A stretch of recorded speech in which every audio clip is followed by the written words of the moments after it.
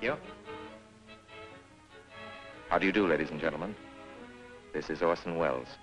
I'm speaking for the Mercury Theater, and what follows is supposed to advertise our first motion picture. Citizen Kane is the title, and we hope it can correctly be called a coming attraction. It's certainly coming to this theater, and I think our Mercury actors make it an attraction. I'd like you to meet them. Speaking of attractions, well, the chorus girls are certainly an attraction, but frankly, ladies and gentlemen, we're just showing you the chorus girls for purposes of ballyhoo. It's pretty nice ballyhoo. But here's some of our real Mercury people. This is the first time you've seen most of them on the screen. Hey, give Joe a little light. Thanks. Now smile for the folks, Joe. Smile. Joseph Cotton, ladies and gentlemen. That's it. Joseph Cotton. I think you're going to see a lot of him. Here's Ruth Warwick, whom I know you love. Ruth.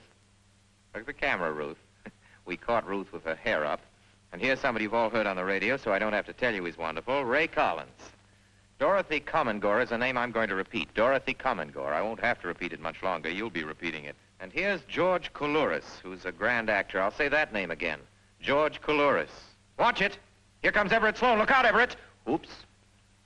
Everett Sloane, ladies and gentlemen, he isn't necessarily a comedian. And here's one of the best in the world. Agnes Moorehead. I've said a lot of nice things, but Erskine Sanford deserves some more. Erskine Sanford. So does Paul. Paul Stewart, everybody. Citizen Kane is a modern American story about a man called Kane, Charles Foster Kane. I don't know how to tell you about him. There's so many things to say. I'll turn you over instead to the characters in the picture. As you'll see, they feel very strongly on the subject. Charles Foster Kane is... Sure, he started the war. But do you think if it hadn't been for Mr. Kane, the United States would have the Panama Canal? Charles Foster Kane is nothing more or less than a communist. Kane, governor.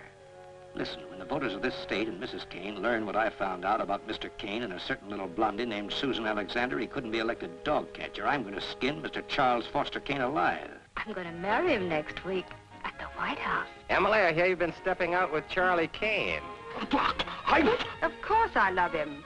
I gave him $60 million. Well, of course I love him. He's the richest man in America. But all the girls say about him at first. But you know, I can't help but admire him. He's crazy. He's wonderful. Ladies and gentlemen, I don't know what you'll think about Mr. Kane. I can't imagine. You see, I play the part myself. Well, Kane is a hero and a scoundrel, a no account and a swell guy, a great lover, a great American citizen, and a dirty dog. It depends on who's talking about him. What's the real truth about Charles Foster Kane? I wish you'd come to this theater when Citizen Kane plays here and decide for yourself.